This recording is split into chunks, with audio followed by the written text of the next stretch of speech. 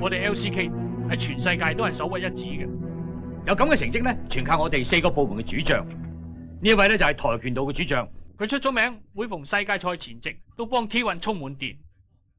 呢位係劍道部嘅主將，佢出咗名打嘢，一到世界賽就手軟。呢位係西洋拳嘅主將，佢個中路出咗名，有88848嘅威力。柔道部嘅主將黑豪已經2屆連任世界冠軍。哦，你就係俾人挖走上路嗰個 T1，好高興認識你啊！其實拳頭今次響中國請我翻嚟，係重組中心。我認為 LPL 咧係世界上最強嘅賽區，所以咧我就覺得中心裏邊咧就只係應該有 LPL 嘅存在。你講咩意思啊？淨得你空手道，咁我哋點啊？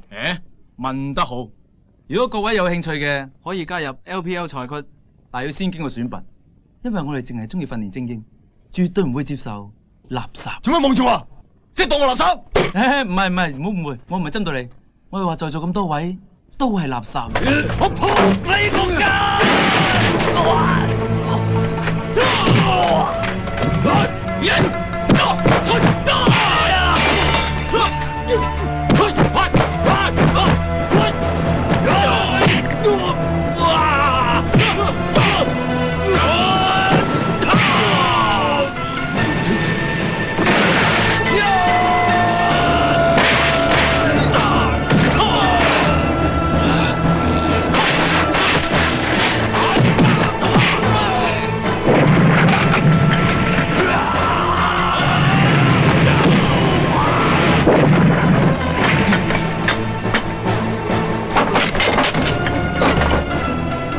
使唔使咁誇張啊？